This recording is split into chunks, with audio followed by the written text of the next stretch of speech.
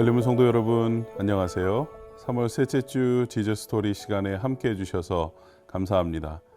오늘은 사무엘하 19장 1절부터 10절까지의 말씀을 중심으로 상실이라는 주제로 은혜를 함께 나눠보도록 하겠습니다. 압살롬의 죽음으로 그 길고 긴 반란이 끝납니다. 다윗은 한 나라의 왕이자 자녀를 둔 아버지입니다. 아들 압살롬을 잃은 슬픔에 잠겨 왕의 본분도 잊은 채 깊은 상실감에 빠져 있습니다. 뼈아픈 상실, 이것 역시 또 하나의 보응입니다. 어떤 사람이 요압에게 아뢰되 왕이 압살롬을 위하여 울며 슬퍼하시나이다 하니 왕이 그 아들을 위하여 슬퍼한다 함이 그날의 백성들에게 들림에 그날의 승리가 모든 백성에게 슬픔이 된지라. 그날의 백성들이 싸움에 쫓겨 부끄러워 도망함같이 가만히 성읍으로 들어가니라. 왕이 그의 얼굴을 가리고 큰 소리로 부르되 내 아들 압살롬아 압살롬아 내 아들아 내 아들아 하니 요압이 집에 들어가서 왕께 말씀드리되 왕께서 오늘 왕의 생명과 왕의 자녀의 생명과 처첩과 비빈들의 생명을 구원한 모든 부하들의 얼굴을 부끄럽게 하시니 이는 왕께서 미워하는 자는 사랑하시며 사랑하는 자는 미워하시고 오늘 지휘관들과 부하들을 멸시하심을 나타내심이라. 오늘 내가 깨달으니 만일 압살롬이 살고 오늘 우리가 다 죽었다면 왕이 마땅히 여기실 뻔하였나이다. 이제 곧 일어나 나가 왕의 부하들의 마음을 위로하여 말씀하옵소서.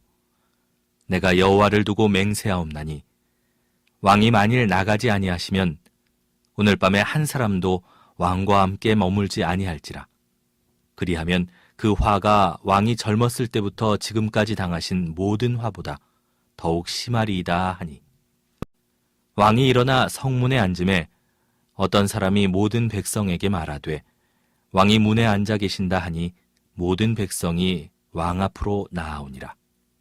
이스라엘은 이미 각기 장막으로 도망하였더라.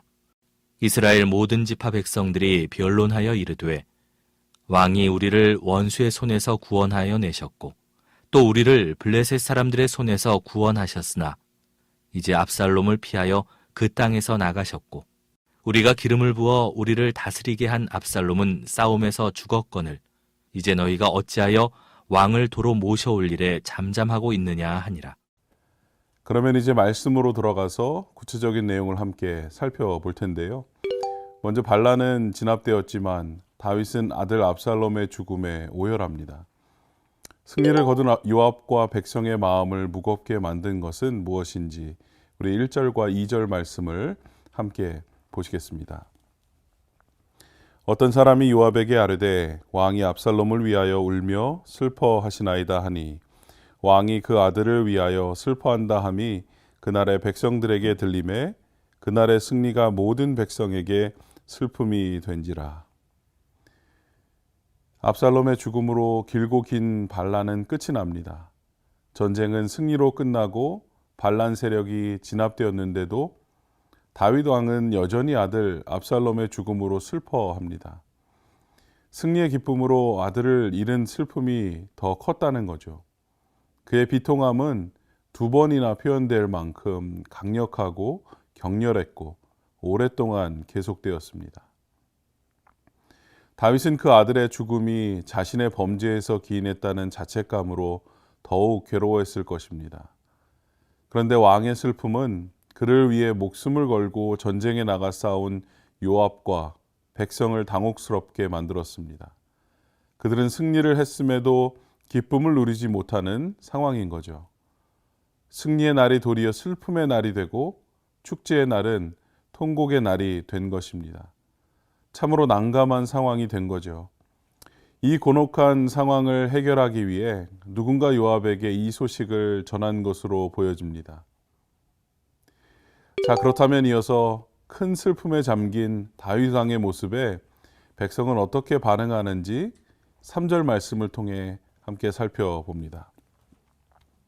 그날의 백성들이 싸움에 쫓겨 부끄러워 도망함 같이 가만히 성읍으로 들어가니라.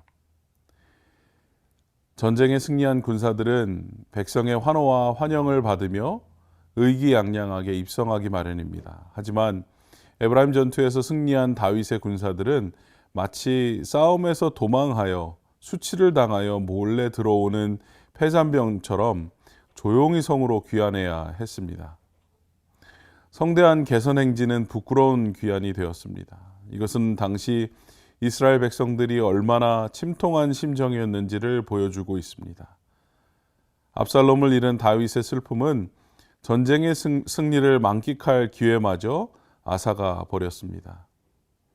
이것은 아비로서 마땅한 행동일 수 있지만 왕으로서는 군대 사기를 꺾는 행동이자 왕의 본분을 망각한 행동이 아닐 수 없습니다. 지도자의 통제되지 않는 감정과 잘못된 처신으로 인해 이스라엘 백성 모두가 불필요한 고통을 감수해야 했습니다. 이제까지 살펴본 내용을 토대로 나눔의 시간을 가지면 좋겠는데요. 다윗은 깊은 슬픔에 잠깁니다. 아들의 죽음이 자신의 범죄에서 기인했다는 자책감 때문에 더욱 괴로웠을 것입니다. 이처럼 달콤한 죄의 대가는 혹독했습니다. 용서하시나 대가를 치르게 하시는 때로 가혹해 보이는 하나님의 의도는 무엇일까요? 우리 스몰 그룹에서 함께 나눠보시면 좋겠습니다. 그럼 말씀으로 돌아와서 요압의 조언으로 다윗은 왕의 직무에 복귀합니다. 요압은 왕의 애도가 백성에게 어떤 영향을 주고 있다고 직언하고 있는지 우리 5절과 6절의 말씀을 통해서 한번 살펴봅니다. 요압이 집에 들어가서 왕께 말씀드리되 왕께서 오늘 왕의 생명과 왕의 자녀의 생명과 처첩과 비빈들의 생명을 구원한 모든 부하들의 얼굴을 부끄럽게 하시니 이는 왕께서 미워하는 자는 사랑하시며 사랑하는 자는 미워하시고 오늘 지휘관들과 부하들을 멸시하심을 나타내심이라. 오늘 내가 깨달으니 만일 압살롬이 살고 오늘 우리가 다 죽었다면 왕이 마땅히 여기실 뻔하였나이다. 다윗이 비탄에 빠져 있다는 소식이 전해지자 요압은 왕에게 찾아가 항의합니다. 아무리 아들일지라도 반란자인 압살롬의 죽음을 지나치게 애도하는 것은 전쟁을 수행한 백성들의 사기를 꺾는 부당한 일이라고 말하죠. 반란을 일으켜 왕권을 위협하고 나라를 혼란에 빠뜨린 압살롬은 사랑하고 왕에게 목숨 걸고 충성한 백성은 미워하는 것처럼 행동하는 것에 문제가 있다고 지적합니다. 정작 미워해야 할 반란자 압살롬에게 더 큰 애정을 품고 더 사랑해야 할 신복들에게는 무시하고 무심하게 대하는 것은 배신감과 상처를 주고 심지어 민심이 이반하여 왕위마저도 위태로울 수 있다고 경고해 줍니다. 요압은 자신이 왕을 세우고 패하는 일을 결정할 수 있을 것처럼 위압적으로 말하고 있지만 그의 조언은 적절했음을 알 수 있습니다. 자, 그렇다면 이렇게 요압은 큰 슬픔에 잠긴 다윗 왕에게 어떤 조언을 하는지 우리 7절 말씀을 통해서 살펴봅니다. 이제 곧 일어나 나가 왕의 부하들의 마음을 위로하여 말씀하옵소서. 내가 여호와를 두고 맹세하옵나니 왕이 만일 나가지 아니하시면 오늘 밤에 한 사람도 왕과 함께 머물지 아니할지라. 그리하면 그 화가 왕이 젊었을 때부터 지금까지 당하신 모든 화보다 더욱 심하리이다 하니.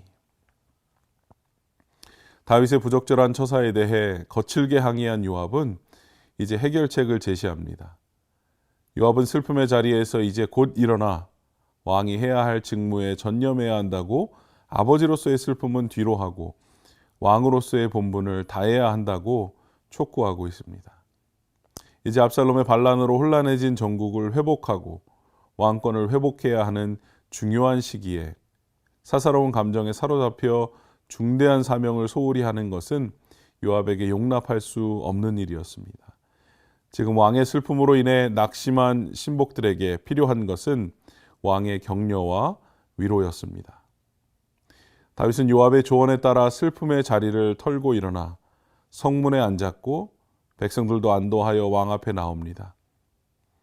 쓰디쓴 충고를 받아들여 왕권 회복을 위한 새로운 첫걸음을 내딛고 있는 것이죠. 그러면 이제 이스라엘 백성이 서로 변론한 문제는 무엇인지 9절과 10절 말씀을 함께 보도록 하겠습니다. 이스라엘 모든 지파 백성들이 변론하여 이르되 왕이 우리를 원수의 손에서 구원하여 내셨고 또 우리를 블레셋 사람들의 손에서 구원하셨으나 이제 압살롬을 피하여 그 땅에 나가셨고 우리가 기름을 부어 우리를 다스리게 한 압살롬은 싸움에서 죽었거늘 이제 너희가 어찌하여 왕을 도로 모셔올 일에 잠잠하고 있느냐 하니라.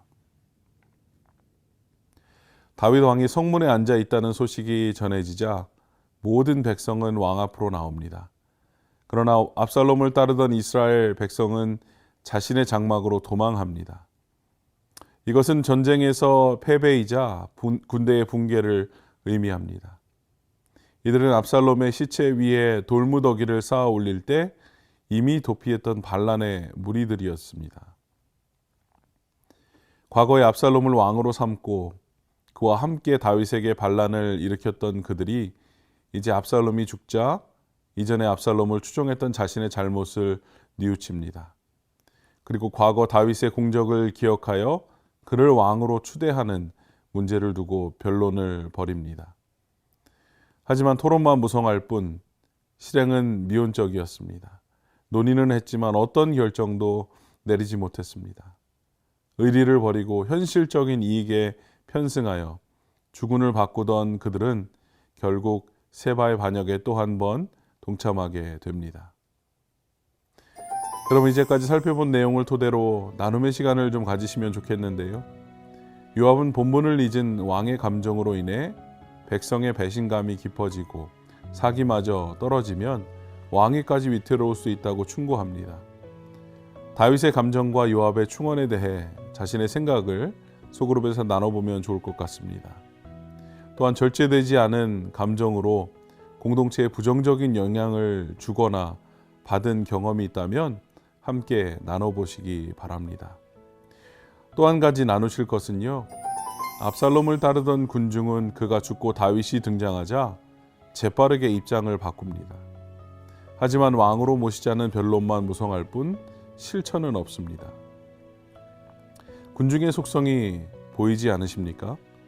이것이 성도와 국민으로서 우리 자화상은 아닌지 함께 나누며 생각해 보면 좋겠습니다. 사무엘하 19장 1절부터 10절까지의 말씀은 아들 압살롬이 죽음으로 인해 깊은 슬픔에 빠진 다윗에 관한 내용입니다. 다윗이 큰 소리로 울자 요압이 충언을 하고 다윗은 마음을 정리합니다. 지도자의 말과 행동이 공동체에 얼마나 큰 영향력을 끼치는 줄 명심하고 오늘 하루 우리 자신을 돌아보며 주 안에서 승리하는 우리 모두가 되기를 주의 이름으로 축복합니다.